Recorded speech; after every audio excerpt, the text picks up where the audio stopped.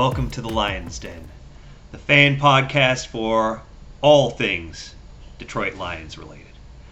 Today we're going to take a look at 3 burning questions regarding the upcoming season. We're in the slow part of the off season. It's late June, not a lot going on, not a lot of news coming out of the Lions camp. We're done with OTAs, basically just twiddling our thumbs, waiting for training camp. So, here are our 3 big questions at the moment about the upcoming season.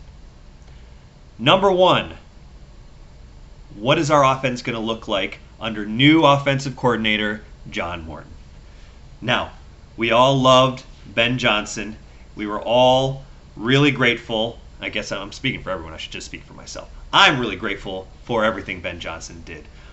The creativity, the fearlessness, he was a great coordinator. I'm very curious to see how he does as a head coach. We know it's not the same thing as being a coordinator, but very curious to see. I wish I could say I'm wishing him well at his new job, but we all know that's not possible. So, John Morton is an interesting case. He is not a rookie offensive coordinator. He's not a guy, like on the other side of the ball, we have Shep, who was a linebackers coach and is getting his first crack at being a D coordinator. Morton was a O coordinator as recently as last year, right? So he's been with Denver the last couple of years. We know that he was with us in 2022 as a senior senior offensive analyst or something like that, right?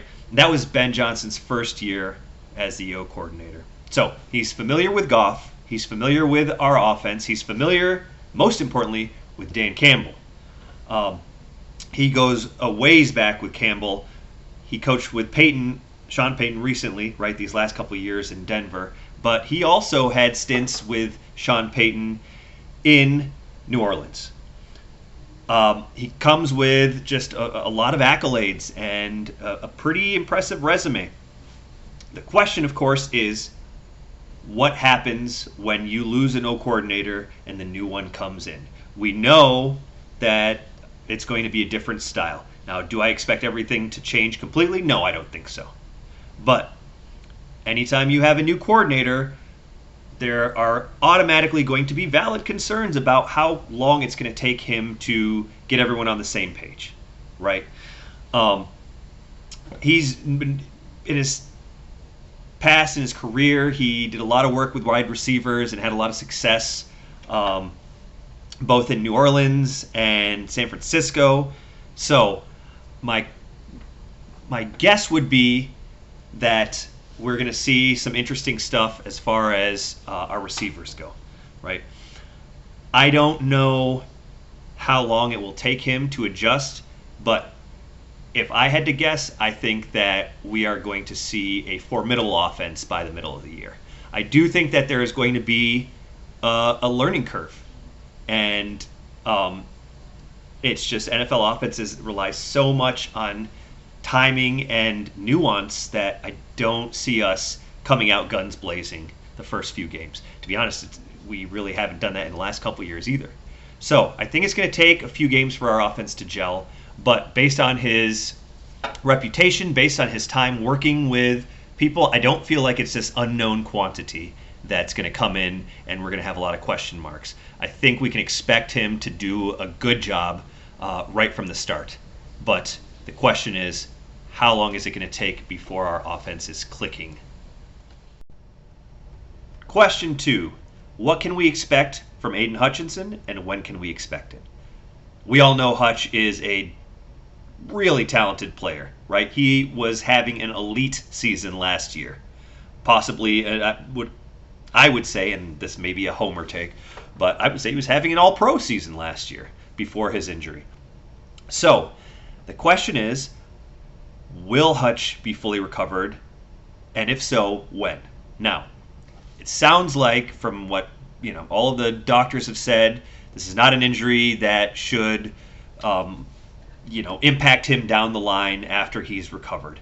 And at this point, he should be fully recovered. We know that Hutch is a professional. We know he was working hard to rehab. We know he was worried about getting the right amount of sleep, his diet, all that stuff, because that's the type of person he is. That's the type of football player he is.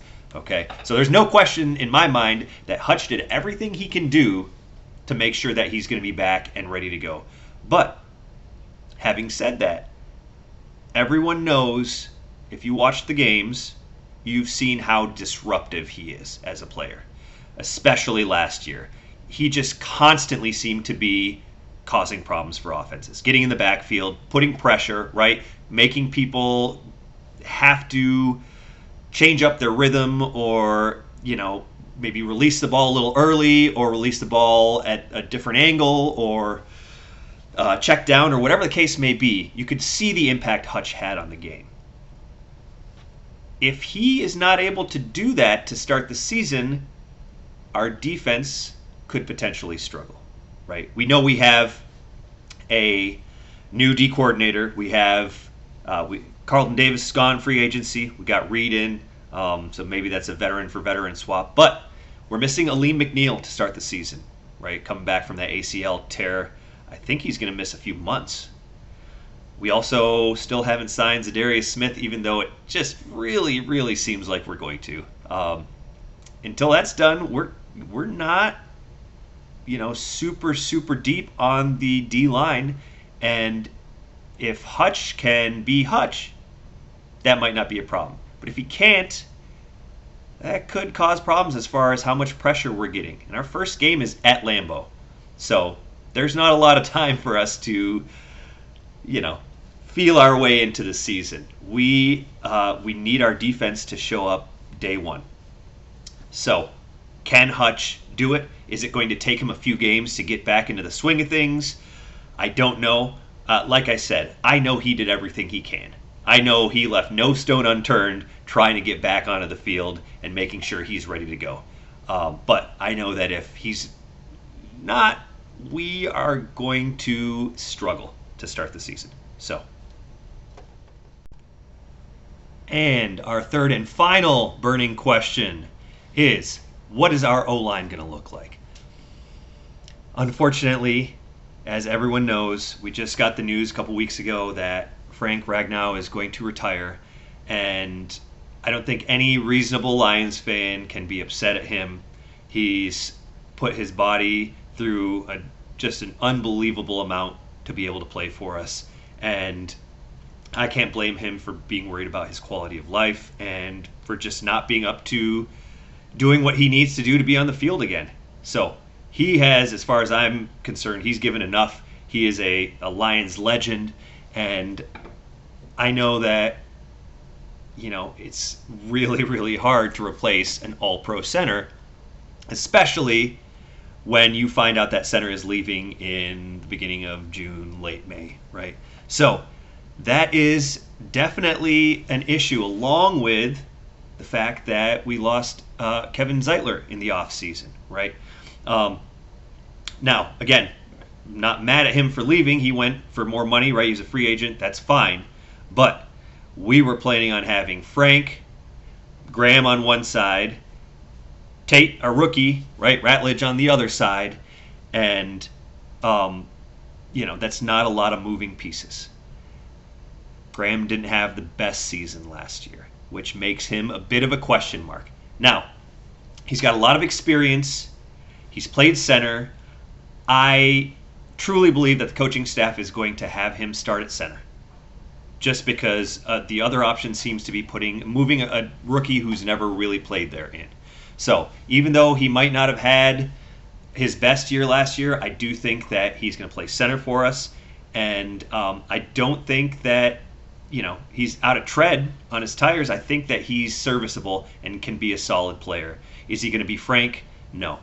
Can he take over and do a good job handling the communication and calling out the protections and things? I believe so. He's got that experience. But then, with Graham at center, we are starting at one guard spot, a rookie in Ratledge, and another, most likely Christian Mahogany, who I don't know how many snaps he took last year, but it wasn't a lot. right? He came in some injuries, but he was not a consistent starter. He wasn't even a consistent player necessarily for us. So he's a question mark. Graham at center is a question mark. Our second round rookie is going to be a question mark at guard. The entire interior of our O-line is going to be mixed up, and we're going to have not just new players to the Lions, but new players to the league at pretty much two of those spots. Now, I understand that our O-line was elite previously. One of the best two in the league, if you ask me. Right up there with Phillies. I don't believe we are going to be elite this year. I believe we can still be good if everyone plays well, but within their own abilities. Right? Now, I'm not expecting Graham to come in and be the best center ever. I'm not expecting Ratledge to come in and instantly be an all-pro guard. Okay, but if they can have solid seasons, our O-line can still be very good. There's no question about that, especially with the bookends we have at tackle. We have, in my opinion, so I think Decker is still a very, very solid left tackle, and I think most of us think Penei is the best tackle in the league, if not the best tackle of this generation. And again, it might be a homer take, but I really think he's a generational player, right? So if we can have any stability on the interior, I think we can still have a really good O-line that allows our offense to do the things that they do well. But the last couple of years, we have been so blessed.